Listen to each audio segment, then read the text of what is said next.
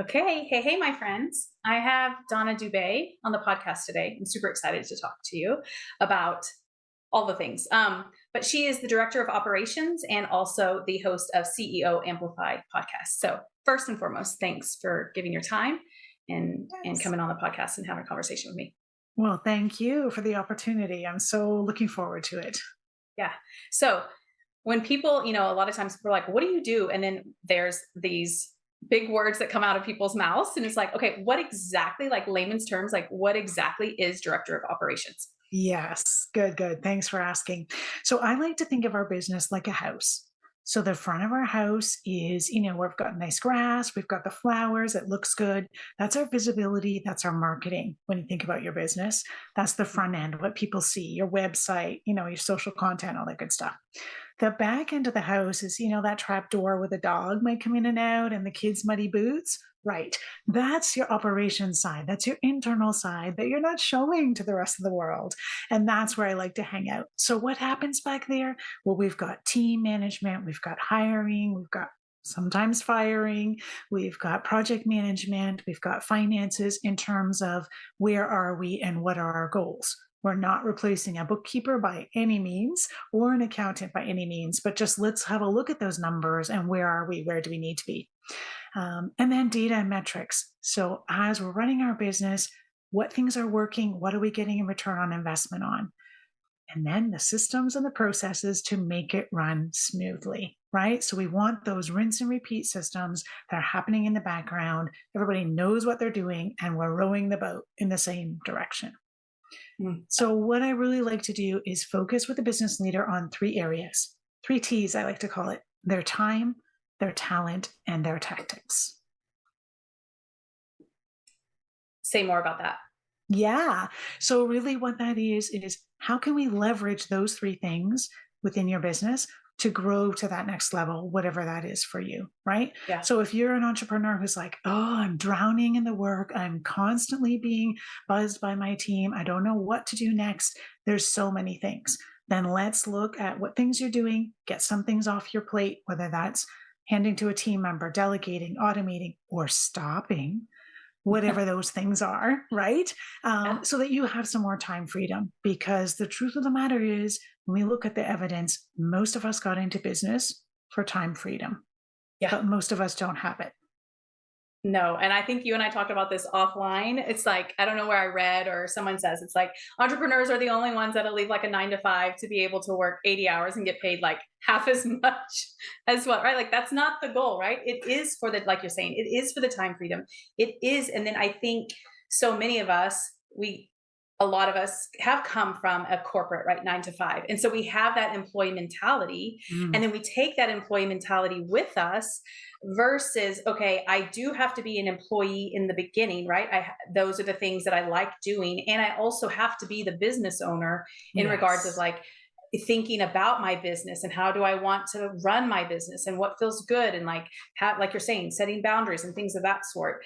Um, when would you suggest or when do you typically notice, like if you're a new business owner just getting started, some of the things you're describing aren't Mhm. necessarily, well, I mean for sure time and boundaries, like that's for everyone, right? Yeah.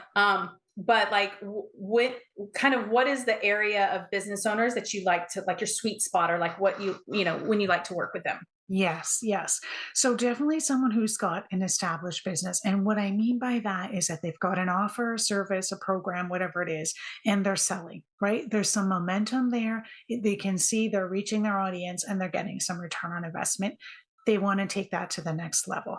Okay. And so I'm not real picky about you must have this revenue goal because, revenue, as you well know, is just one number and it's not the bottom line, right? Yeah. So, Yeah. we have to go beyond the revenue. And so I don't like to focus just on revenue because there's so Yeah. much happening behind the scenes underneath that.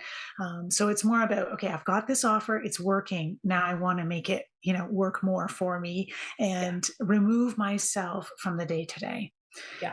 I will say though, if you feel like, okay, I'm not quite there yet, there's still things you can do to be the business leader. And so Mm. I like to encourage everyone to think of themselves as a CEO of their business. Mm.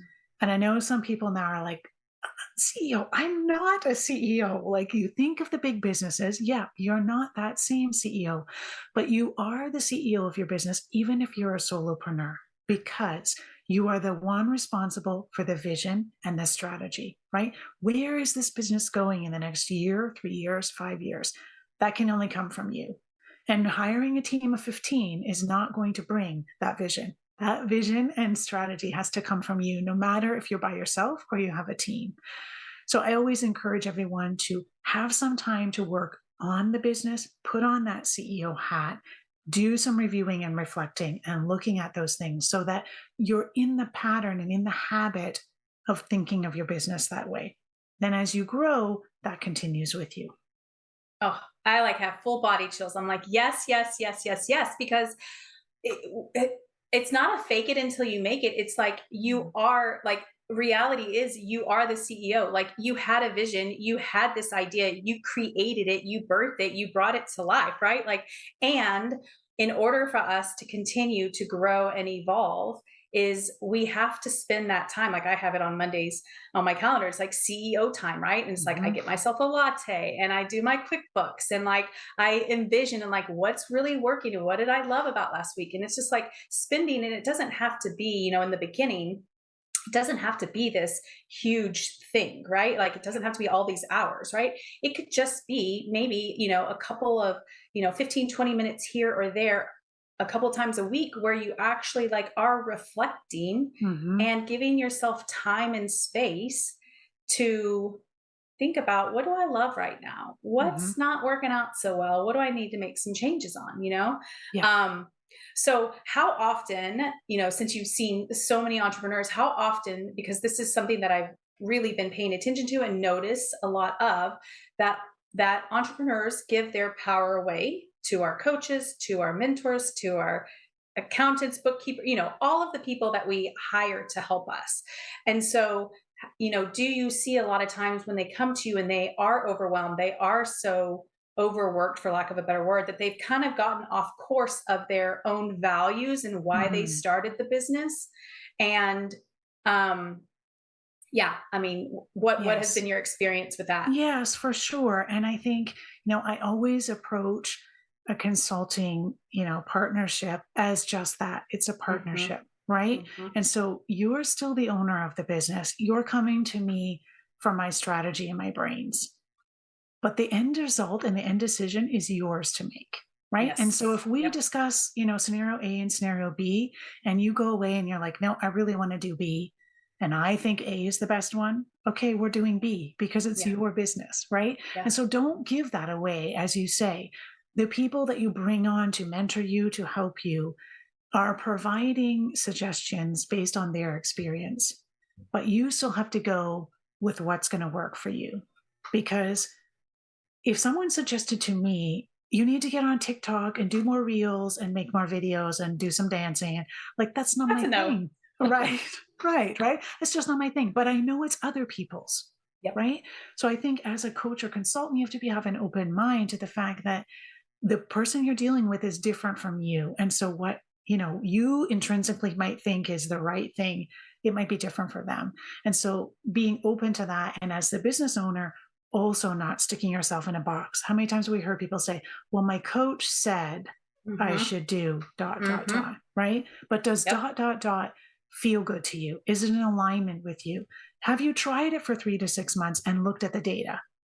Because that's another trap we fall into is we'll try the tactic, but then we don't go look at the metrics and see, well, is it actually working for me? Right? Yeah. What Yeah. is it? I'm putting my time into, whatever that strategy is. I want to make sure I'm getting return on investment. Or Yeah. if I have a team and they're putting time in, I want to make sure we're still getting a return on investment, right? Yeah. So again, that CEO time is for reviewing and reflecting. And part of that is looking at your numbers. No, you don't have to go crazy, 25 different software systems to find those things. But there's some key metrics that you're going to want to be looking at. Say, okay, we're spending time on this. We tried this. We started in January. It's now the end of March. Where are we? Right? Are we Yeah. enjoying doing it? And is it working? Yeah. You said a couple of things I want to go back to. One, Mhm. this is why I think for me it's been so important of learning about my human design and learning how I'm supposed to make decisions, because here we go back to like giving our power away to other people versus how do we actually make decisions and what feels good in our body, and like you said, in the alignment, in the Mhm. honoring of like, this feels true to me, this feels good. And so giving our power away, I think it comes down to, sometimes I think it's like we might subconsciously do that because then we don't have to be the ones responsible, right? At the end of the Mm. day, right? Yes. Like, oh, well, so and so said I should do that, versus no, the buck always stops with us, right? Yes. And taking that responsibility and ownership. And I know it might feel heavy for some people. And also, like, you chose to be in business, right? Like, that is part of being a business owner. And Yeah. so, just noticing when we want to outsource our power to other people, is that coming from a place of like, I don't want to be the one holding the bag if it doesn't work out the way that I thought it would, you know? Yes. And all of it works, right? Like TikTok works, Instagram works, Facebook works, blogging works, YouTube, like all of it works if you come from it with the energy of that's what I want to do, right? And I Mhm. think we think there's a right or a wrong way versus, like you said, TikTok might work for that person that loves being on TikTok, but for me and you, we're not TikTokers. And it probably won't work because we're coming from the energy of like, I don't want to, or we're coming from the energy of shoulding ourselves versus, no, that doesn't excite me, it doesn't light me up, it's not something Yeah. that I want to do. And so, being mindful, I think, for business owners of like, anytime we hear the word should, like that's like Mm. red flag, right? Like you said that, like, what should I do? It's like, no, what do we want to do? What do we Mhm. want to try? What Mhm. feels good? What feels expansive? Like moving towards something versus moving away, like a fear base, right? Yeah. Or a closeness versus an expansion, evolving, like this would be fun, or let's try this. Um, and you also said like numbers, and it's just like that's just data, right? But Mhm. I'm just so curious, like how many of your clients like attach all of this story and this meaning Oh. something that happened, right? Versus just like, okay, this is just information, how do I want to run with it and make new decisions? Yes, yes. And the truth of the matter is when we come from that mindset of this numbers or these numbers are going to help me make a more informed decision, it becomes so much easier, right? Remove that Yeah, emotion and let's just be objective. So I'll yeah. give you an example. I was working with a client once and she was selling courses to young people fresh out of university. And so in her mind, she's like, I need to be on all the social media channels because that's what where young people are. They're everywhere, right? And so she had a social media assistant who was working, I forget how many hours for her, but she was at capacity. She couldn't do any more. And so the business leader was saying, well, maybe I need to hire another social media assistant, but the budget. So she was wavering in that state. So she's asking me, what should I do? So immediately I'm like, well, I want to know the numbers, right? What kind of budget do we need to pay for the second social media assistant? But more importantly than that, of all the content we're putting out there right now, what's resonating? Yeah. Like, where are people clicking and following through on the action that we asked them to do? Good. So we go back in Google Analytics, we take a look, and surprisingly, two channels really stood out. Facebook stood out in terms of getting just brand awareness, but Mhm. Instagram was the channel for her where people were actually taking action. Mhm. The other channels, barely any traction. Yeah. So when she sees that, she's like, oh, light bulb moment. I don't Yeah. need another social media assistant. We can focus on Facebook and Instagram, dump the rest, and we're rolling, right? I don't have to Yeah. worry about my budget and let's concentrate on where it's making a difference. So that's where I'm seeing looking at those small numbers, but it makes it so much easier to make that decision. Yeah, it's so fascinating because our brains always want to go to more immediately, right? Like, we need to do more, we need to like have more, we need to Mm. hire more versus what if we actually, like you're saying, we just look at what's really working well and let's just pour jet fuel on what's working really well, right? Yes. It's not sexy, right? It may not be No. sexy to most, right? Yeah. And I don't think business is really like business is kind of boring, right? Like, Yeah. you don't want like drama business, right? But when you, like you're saying, how important, and this is with your business, with your money, like it's just information, right? If Hmm. we can just look at it, and then we can look at it from a very neutral place Yeah. and be like, okay, now how do I want to you know make a decision moving forward, what feels good. Like you're saying, it's just like, how much, time, money, energy did you save her in a way by just looking at the numbers? Because she might have just gone off and just hired, and then now I'm paying something that I don't need to pay, all of Yep. this stuff, right? Yep. Versus, and I think this is also important too, because we don't live in this type of culture, is slowing down, right? Oh, Slowing yes. down to actually take a look and see, like you said, let's just look at the numbers. Like the immediate response for most people is, I need to get into action, I need to do something. But Hmm. how often do business owners just need to slow down and pause Yep. and kind of like be for a moment and Yes. kind of, So, so true, Aaron, right? Because we get in this thing where we have to do the next, we have to do the next, we have to do the next. And sometimes I say you have to slow down to speed up. oh yeah, that's Right? my It favorite. sounds funny, I know, but it's like you have Slowest to pro is what I say. right, right, right. So we have to slow down, get those foundations in place and know where we're going, right? Otherwise, it's like we're turning on the car and we're driving, we don't have our GPS. Yeah. We don't know where we're going, we don't know the Yep. destination, we don't know how we're going to get there, but we're rolling. Yeah. Right? And so we can save so much time, energy, like you're saying, stress, all of it can be reduced if we just slow down and say, okay, how can I simplify? What's really working well? What do I want to concentrate on? And let go of the Mm. rest. Yeah. Right. And I know Y- it's hard to do, it's hard to let go. Right. I know once I was working with a client and she was wrestling again with two offers and which one is going to be, the one that's going to go ahead. And we have to take a step back and say, okay, what do you enjoy delivering? Yes. Right? Which offer 100%. really do you enjoy delivering? And what's getting you that return on investment in terms of profit? Because some offers we may really enjoy delivering, but we're not actually getting much of a return on it because maybe we didn't price it right, or we're not looking at it from that perspective.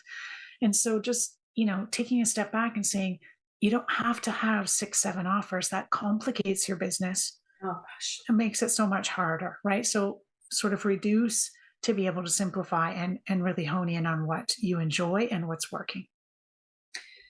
You said slowing down, and then you said, oh, it just reminds me, here we go back to human design, like all the five energy types, we all need to pause, right? Like for those of you that are manifestors that are listening and you're like, well, I initiate, yes, but a lot of times there is a pause first before you go and take action and do the thing, right? And so really, like what Donna's saying is like that slowing down. And I think this ultimately comes back to like, how do we like, how is our being, like our body on a daily basis? Like, are we in this survival rush based Mm, state, right?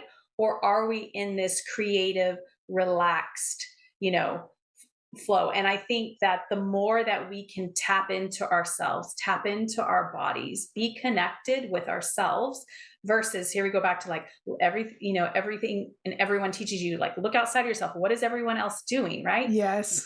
But here we go back to like you started a business because you wanted more freedom, you wanted to serve people, and you wanted to make a lot of money. I mean, Hmm. I would assume that's why most people start a business, right?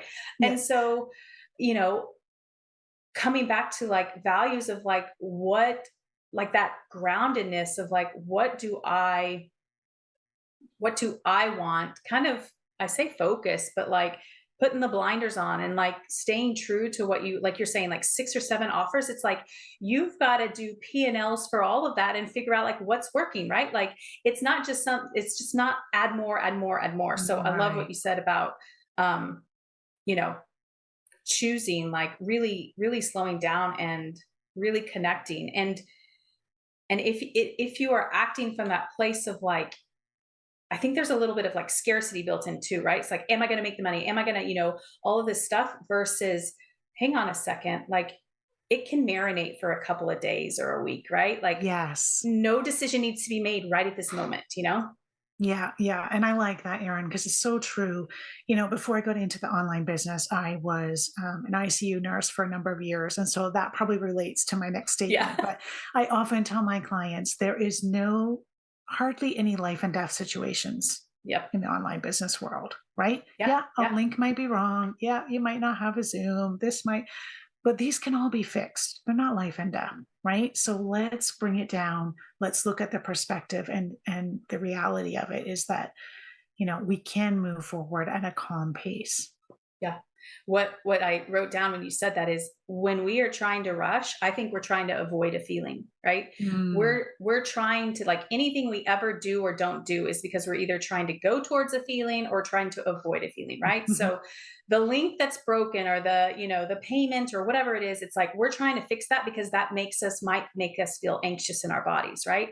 But if we can learn to sit with that feeling, if we can know that it's okay to feel that, and we can fix whatever's right, it's Mhm. like that rushing is trying to get rid of something versus being with it and allowing the feeling.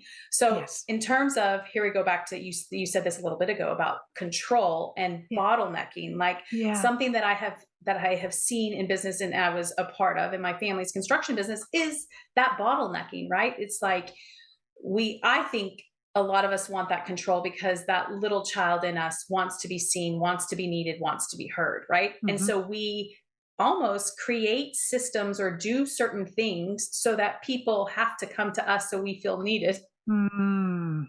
Right, right. It's counterintuitive, right? It It's like, is. wait a second, I'm hiring these people so they can take autonomy and run with it, but I'm still inserting myself in there. Yes, yes. And so, you know what I do in this state? Let's look at a big corporate business, right?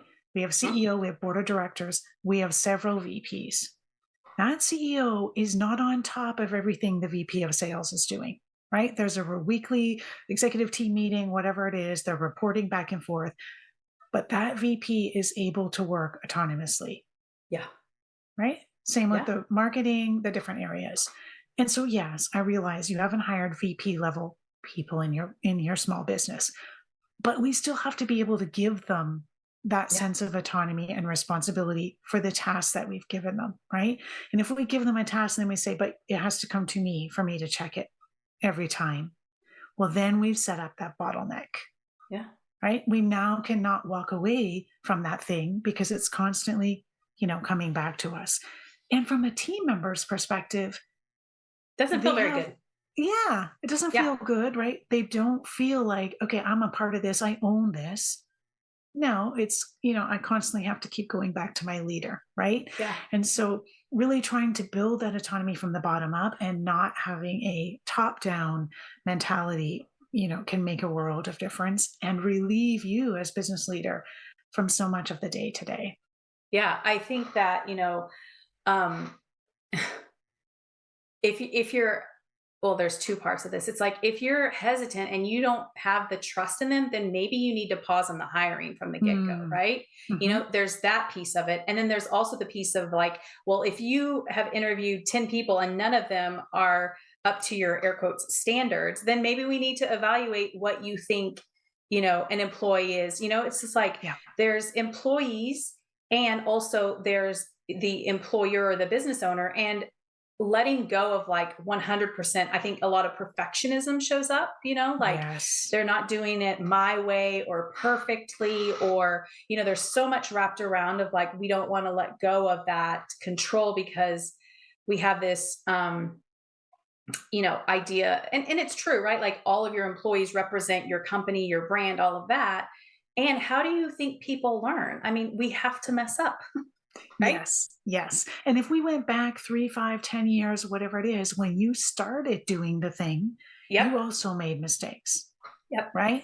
So, Yeah. as far as I'm concerned, when I am working in businesses or with business leaders, if we hire someone after we've onboarded them and they're rolling and they're doing 75 to 80% Yep. of what I was doing in terms of doing it correctly, we're good to go, Yeah. right? Because we're all Yep. humans. We can't look for perfection. And so, yes, I think we need to let go a little bit of those things and, making sure that we have set some standards in place for them. Because Yeah. I see this a lot in the online world where it's like, I hire someone, they're supposed to read my mind and just know how to do it, right? It doesn't work that way. And so, making sure we have, okay, this is the task, this is the deadline, this is what success looks like to complete this task. Yeah. right? If that's an example, if that's a Canva image, if that's your brand colors, whatever it is, but make sure we're providing that person with the resources that they need to be successful. So they know Yeah. at the end of the day, I got to do this task. I have to have it done by Friday, and this is kind of what I want it to look like. Yeah, which brings us into systems, right? Like I think that we want people to help us. We hire them to help us, but we a lot of times haven't put systems in place, aren't clear on the expectations of what the employees or the contract worker is going to do. And Hmm. so then we get to this point where we're frustrated, and it's like, hang on a second, if you back up a little bit, did you ever sit down, or did you ever do a recording, or did you ever have some type of procedure in place so that Yeah. they could, right, do all of this to your standards? And Yeah. I'm curious if the answer for you a lot of times is like, no, No. they didn't. Yes, yes, exactly. Because the reality is, and I get it, right? You're solopreneur, you're doing all the things, you're working more than you should. Okay, I've got a budget, I'm going to hire somebody, right? Hopefully, you took the time to actually figure out what you want that person to do and make a proper job description and vetted candidates, and you got your unicorn. I don't believe in buying a unicorn, by the way, but okay, Yeah. you got a unicorn, right? Um, and now what? They know nothing about your business, right? They don't know, they may know some of the tools that you use because they've had experience with it already, but there's so much more than just how to use the tool. And so, yes, when you hire, you're going to have to put some time in, either before or when they come on to help them and to show them to be there to answer the questions. But know that once you get over that mountain, it's going to be smoother sailing on the other side, right? Because yes, there's some extra time up front to prepare things for them, make sure that they can be successful. But once they know how to do the things, now that's off your plate. You just got 2 or 5 or 10 hours back that you can now put towards, those CEO level tasks. I always say it just pays dividends, right? Like if you're willing to set up and spend that time, and yes, your mind is going to tell you this is a waste of time, and I have so many other things to do, but you're thinking in that's such a short term thinking concept, right? Hmm. Versus once you teach someone how to do something, then that person can either train if they end up leaving or whatever, right? That person can train and can do, like you said, you've freed up 10 hours for the rest of your business. And Yes. so really thinking like long term for your business versus I call it like putting out fires all the time, right? Which Right. Yes. It's um more being proactive rather than reactive. yeah. Right? Yeah. And you can start thinking ahead of time.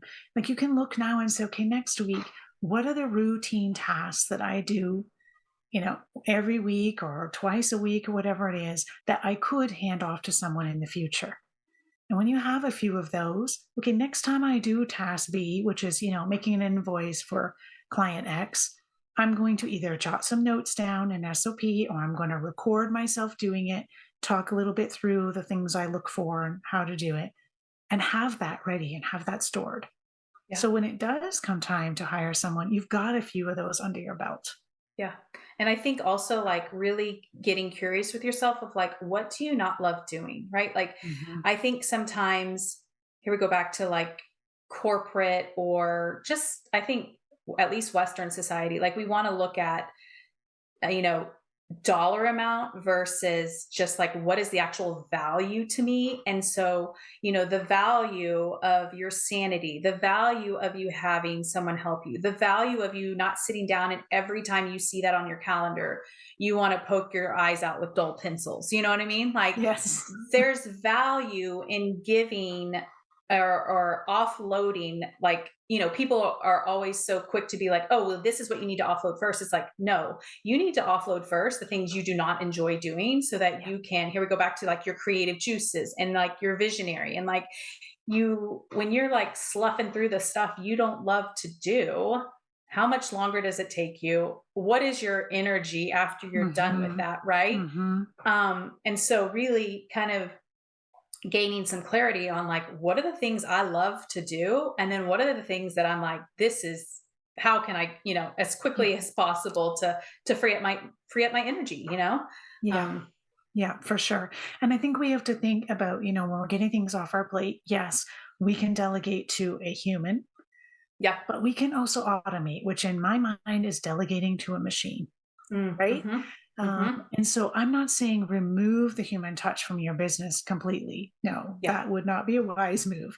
But there are certain pieces of processes that you can remove, right? So, as an example, I enjoy doing guest podcasting like this, right? Mm-hmm. So coming on someone else's podcast and sharing, having a conversation.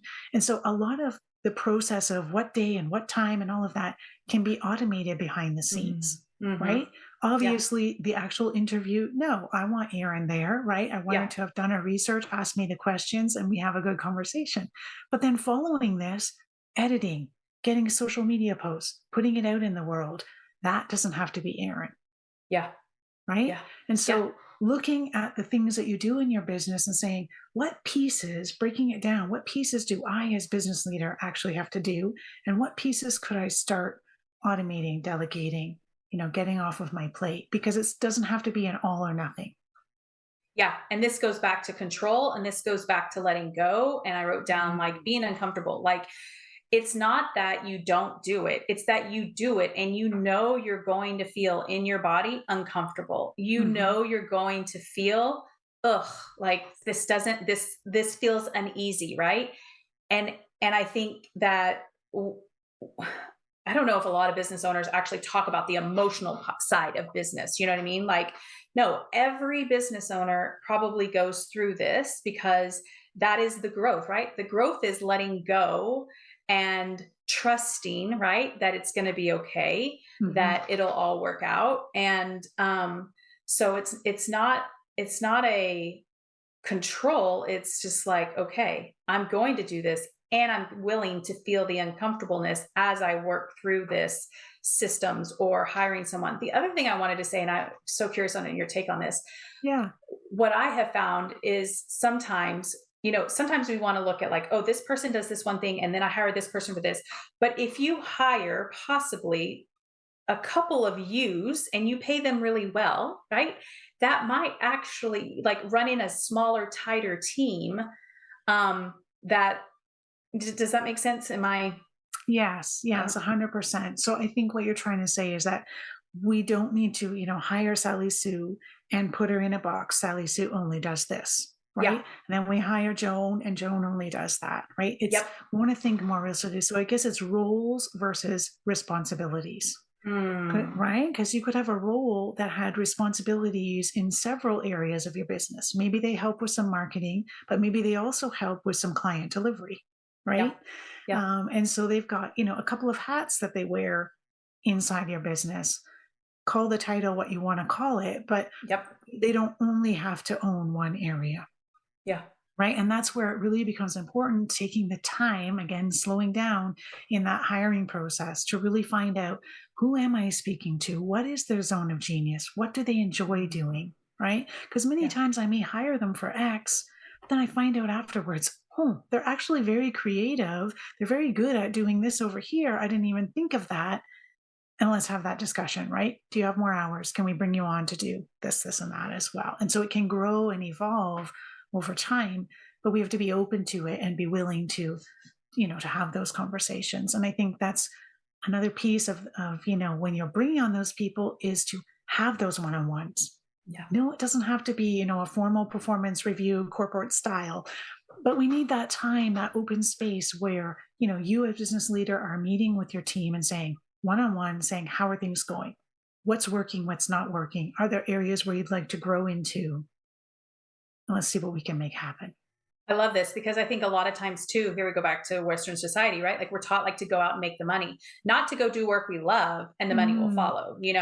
And so yes. how many people have applied for a job that they're not like a really hell yes for, but they do it because it pays well or it might work for hours or whatever. And then when you actually like if you are when I say intuitive owner, what I mean is like when you are in touch with your people and you can ask them these questions like, does this actually excite you? Because Hmm. you could have someone that loves social media and someone that doesn't love it that doing it and it takes them twice as long and you know what I mean. It's just Yeah. it's here we go back to the energy of like what do your people love doing. And I think part of being a CEO is and a leader is like supporting them, right? Like giving them putting them in positions where they feel empowered, putting them in positions that they love. Like, I think we're taught that, a leader is like almost like I say, you go do, right? Versus Mhm. I view a leader as very quiet behind the scenes,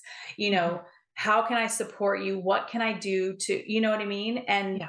really understanding what do your people want and how can you support them, because ultimately, and you said this a little bit and we didn't touch on it, but like the morale of the people that work Mm.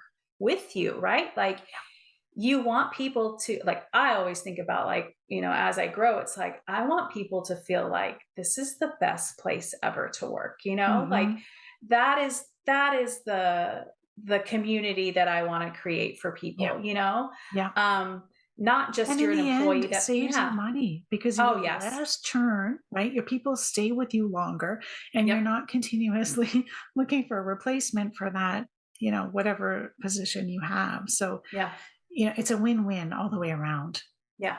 So in regards to money, tell me about, like, do you have a lot of business owners that mm, make decisions based on money versus like what we were talking about, over value, or like they look at the dollar sign and that's their like main decision maker, versus like, okay, let me think of how this is going to improve my life or how this is going to evolve my business or whatever it might be. Yes. Yes, 100%. So what I find is, again, we're taught, well, it's the end of the year or the beginning of the new year, do your planning. Okay, what's your goals? Okay, my revenue goal is 200,000, right? I picked that number from somewhere. Yeah. Maybe I looked at my reports last year and I'm, upping it a little bit. But then we don't dive any deeper than that. And Mm. what I mean by that is, okay, I want to make 200,000, but what do I want to do with that 200,000? Right? How much do I need for myself and my family? What do I need to invest back in my business? Are there vacations I want to go on that I haven't had a chance to do? Am I saving for a different home or retirement? Or so again, it's life and business, not one Mm. or the other. And so I really Mhm. think we have to be, when we're making those revenue goals, we have to dive deeper and say, okay, fine, if I make that 200,000, how am I using it? What do I Yeah. actually want out of making it? Because I don't think most of us are making it to store in the bank, Yeah. right? We want Yeah. to do something with it, whether that's Yeah. investing, purchasing, whatever that is. We want to do something, giving back to our community, whatever that is. And then from there, actually, now we have that revenue goal. What are we going to do within our business to meet it? What Mhm. products, what services, what programs, at what price point, to how many people, right? So breaking that down rather than just having a pie in the sky number sounds great. But again, we don't have a roadmap of how we're going to get there. And when we do get there, what we're going to do with it. So I think really, diving into that deeper than just, I've got a revenue goal, I'm set. Yeah, and like you said, I mean, a lot of it just comes from like it's literally a number you pull out, right? Like it's either based on what you did before and you want to like exit by some number, right? Or you're looking outside of yourself and it's like how many people have actually sat down to be like, okay, this is what I want to bring home. This is what taxes would be. So then I have to Hmm. then up that number, right? This is what my payroll or, my contractors or whatever it is, right? Yeah. Any type of engine, you know what I mean? Like actually sitting down and doing some of that legwork, which here we go back to emotions. If you are someone who might not have, which a lot of us are, right? We don't necessarily have a wonderful relationship with money, right? So Hmm. we avoid that stuff because it doesn't Yes. feel good in our bodies, Yes. versus working through the relationship that we have with money with our business so that we can be empowered to just look at it from just, it's literally, I mean, if you were to take the dollar sign off and you were to put Kleenex boxes out to the side, you would have a completely different feeling around it, right? But Yes. we like put the dollar currency sign on it and we get all squirrely with it. And Yeah. I make light of it, and I also know like in our bodies it doesn't feel light, right? Like it doesn't feel necessarily safe, and Hmm. that comes from, like our conditioning and our culture. And I think a lot in the business world is like how much you make equals your net worth, right? Like that is Yes. that is a big thing that we have, you know, I don't know how we got to that place, but a Yeah. lot of people equate their self-worth with how much money they're making or what their Mhm. profit is. And Mhm. that, like, can we just clear, cancel, get, Yes, yes, let's separate let all go of of that. let Yes, go of that, yes. right? Yeah. And so yeah, and which then takes me to like emotions. Like, do you see a lot of or do you help business owners when they come to you and you're like, okay, when they're stalling for a decision, do you find that a lot of times that there's some underlying emotions that are going on underneath there that they are, because of that, they aren't making decisions? Yes, yes, for sure, but it's excuses that are given, What do they show up right? like? What do they like? Yeah, What do so some of it's the like, "Well, I don't have time to decide about that right now, put that off to the next month." Right? Mhm. And listen, I'm laughing, but it's not funny. I know it's not funny, and I've been there. I've done Yeah. it, right? It's not that Yep. I'm perfect at making decisions by any means, but, bringing up those excuses that get in the way. "Well, when I finish this, then I'll look at that." Right? Because I've Mm. got something else on my plate that I'm dealing with. Mhm. And the truth is, we always have something on our plate that we're dealing with, Yeah. right? Life happens, when we want it to and when we don't want it to. So I think really, again, trying to remove that emotion and say, this new thing, do I want to bring it? What's it going to cost me in terms of the business leader, energy, time, money? If I have a team, do I have capacity? Do I have the right people on my team and the right seats to be able to see this thing forward? Right. Yeah. And what in terms of risk? Right. Because the truth of the matter is there's risk when we make decisions in business, whether it's Yeah. financial risk or, other. And so, what are the risks? And am I willing to take that risk? Right. So Yep. kind of looking at it on those three different levels, I think sometimes helps to break it down, to say, is this the right decision at Yeah. the right I always time? say procrastination is the form of resistance, right? So if we're Mm, procrastinating something, we're in resistance, right? And so here we go back to slowing down, asking ourselves, what am I trying to avoid feeling, right? Is it because if I make this decision, then I might feel anxious or I might feel, disappointed if it doesn't work out? Or there's always going to be a or multiple feelings, right? That we are trying to avoid when we aren't making decisions. And mhm, so, you said the word, and I love this because I'm like, I don't know if it's an emotion, but it's a word I use all the time. It's like, are we willing, right? Are we willing? It's not yeah, that can we or can't we? It's are we willing? Like, what, mm, if you look at other, you know, business owners and you're like, what's different about them than me? Ask yourself, what are they willing to feel that I'm not willing to feel? mhm. What are they Yes. willing to do that I'm not willing to do right now? Right. Yep. And we don't have to throw the shame and the guilt on top of it, right? Because that's just it doesn't have to have all that stuff on top, but Yep. we can ask from a place of curiosity of like, what are they feeling on a more consistent basis that maybe I'm not as practiced in, right? Yes. And so Yeah, so, for sure. And I can relate to that just from a making decisions perspective because I'm a what would you call it? A high fact finder and a low quick start. So I like to go through all the details first and know all the different angles before I'm ready to take action, right? Once I've done that, I'm good to take action. Many of my clients, however, are exact opposite of that, right? They've got ideas flowing. They're very high. Let's do it. Yesterday was good enough. And so for me, I kind of have to relax that a little bit and say, okay, I have to be willing to look around a little bit and then go. Right. Because yeah, I could research until the cows come home, yeah, right? Before yeah. I take action. Right. And so, what am I willing to, make a decision on? This is enough information. I can go forward with this and let's see what the outcome is without, researching it to death. My brain's like, "Ooh, I want to run your human design chart. Like, I wonder if you're a 1-3 profile." But it's just like that is like, this is also why it's so important to understand like your strategy, your authority, your decision making, and like your profile, right? Because profiles of the 1-3 are like, I do need to research. I do need to like experiment. I do need to go down the rabbit hole because that Hmm. makes me feel safe, right?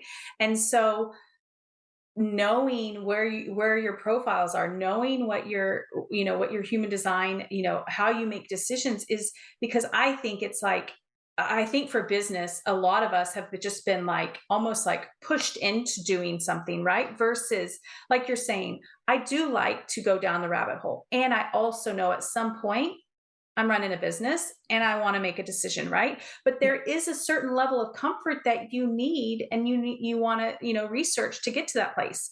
And so allowing ourselves to have that and also make decisions. And I'm so curious too, because you said a lot of your clients are like, just go, go, go. How many of us have been conditioned, like I was brought up in the entrepreneur world. It's like, you just make decisions, because if you're not making a decision, you're wasting time, right? Like, Mm, versus here we go back to slowing down of like, no, maybe some of us actually need to take a little bit more time to let it kind of simmer. And here we go back to willingness. Like, how many of us are willing to let these ideas or these decisions percolate for a little bit, right? To mhm. ask ourselves these questions and to allow the answers to come when they're ready to come, versus like, I need this answer right now because I have to make a decision right now, Yes, yes. versus being willing to sit with that uncomfortableness of like, I don't know yet, but clarity's coming and it's Yeah. okay, Yes, Um, yes.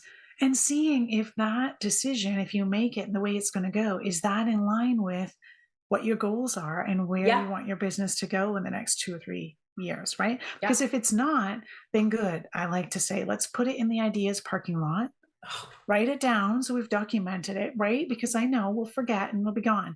So put it over there. And then once a quarter, let's look. Let's take a look at that ideas parking lot. Okay, can some of this come forward now? Right? Yes, I have time. My team has time. It fits with my goals. Now we can move forward. I love that, because as I think an entrepreneur, we have no shortage of ideas, right? But we don't have to act on all the ideas, right? Like the shiny object syndrome is legit, right? Yes. So, like you said, okay. And I think that sometimes calms the brain a little bit to be like, we're still listening to you. We're going to just put it over here for a little bit, but we're Mhm. staying true to what we said for the next quarter, 6 months, a year, and we're going to reevaluate. We'll bring you back out, but and so like you say, I love that, like having that idea parking lot, because our minds want that relief, right? Like Mhm.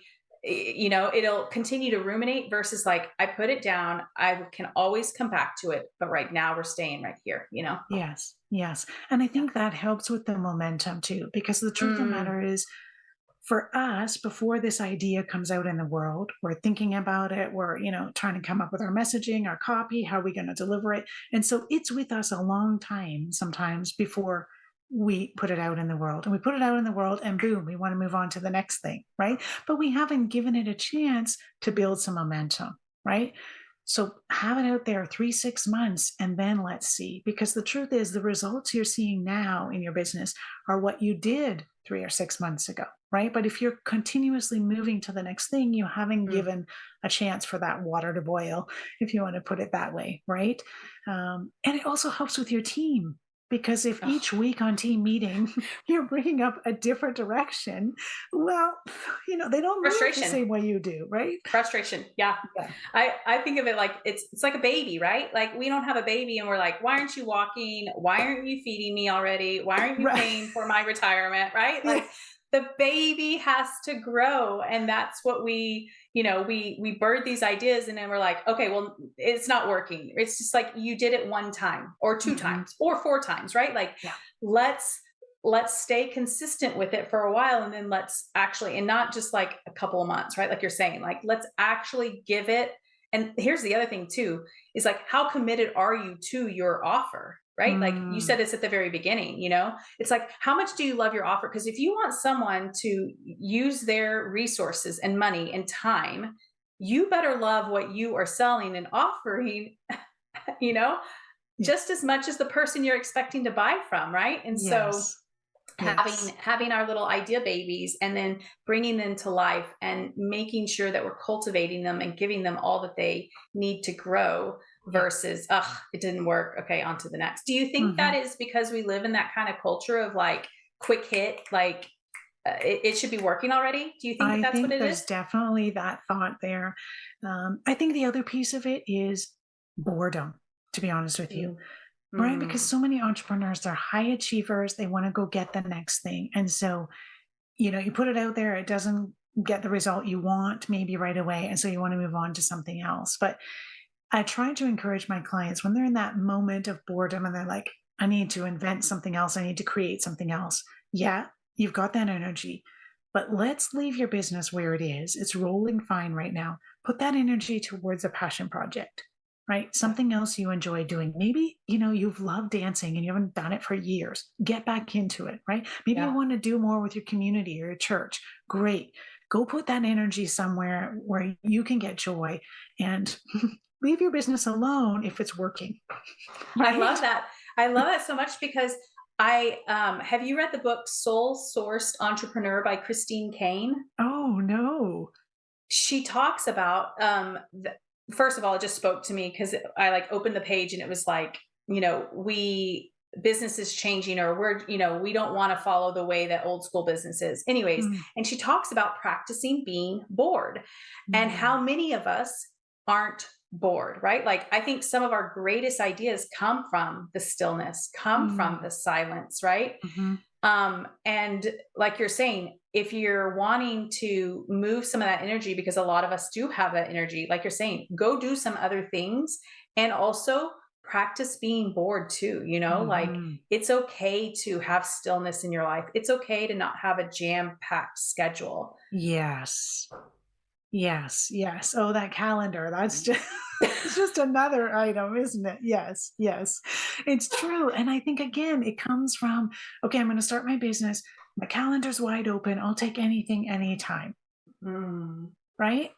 No, set your time when you're open, right?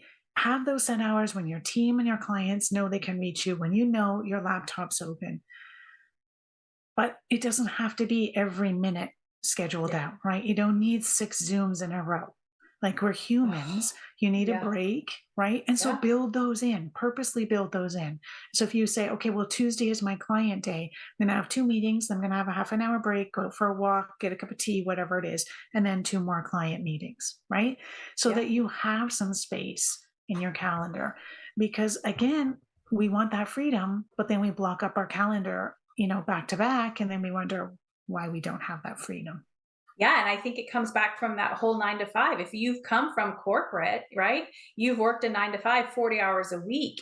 You have literally been somewhere for 40 hours a week, but you weren't necessarily working for 40. So like Mm, make the hours count, right? Like utilize your time that you're actually working, and you don't need to sit at your desk. Like I always say, like the playing and the space and the downtime and the rest is why you're able to come back and give mhm, so much to your business, right? mhm. It's like you said, like we're not robots. We're not meant here to work 40, 50, 60 plus hours a week, right? Like we need that quiet time. We need that play. We need that rest. Mhm. Um, and that all goes back to, what do we think about ourselves, and, why are we making the calendar so full? Like, what are we trying Yes. to put our importance on, right? Like Right. busyness, like that's another, I think, societal cultural conditioning too, right? Like if you're not busy, like everyone talks about, like, I'm so busy. It's like, I'm not busy. I'm Yeah. not busy.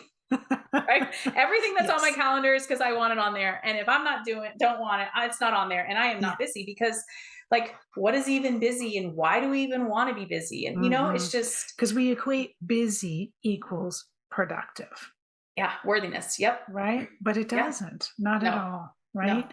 And you'll find, like, when you actually do take that rest, you come back stronger. It's so much easier, right? The ideas flow, whatever that hard thing was that you've been working through comes easier. I mean, it's the same thing we tell our kids, right? They're busy Yeah. studying, studying, studying for the exam. It's like, okay, take a break, right? Yeah. Go Yeah. sleep and get Yeah. up tomorrow. You'll feel so much more refreshed. Yeah. We have to do the same medicine for ourselves.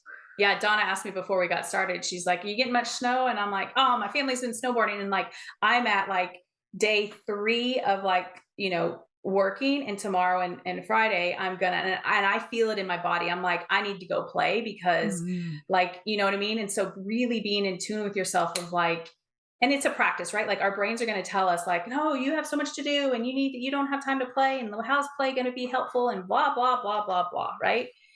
And willing to feel, okay, I'm going to go play, and I'm going to feel guilt, or I'm going to feel shame, or I'm going to feel like, a little anxious, and I'm going to be okay, and it's going to be so good for my mental, my emotional, all of it, Hmm. health of getting out. Like some of my best ideas go when I'm like, you know, out there Yeah. having fun, and so Yes. I love Yes. that you said, Exactly. like we need to play, we need to rest, all the things. Yeah. Oh, Donna, I could talk to you all day long about all the things. I loved it. Do you have anything else that you want to share?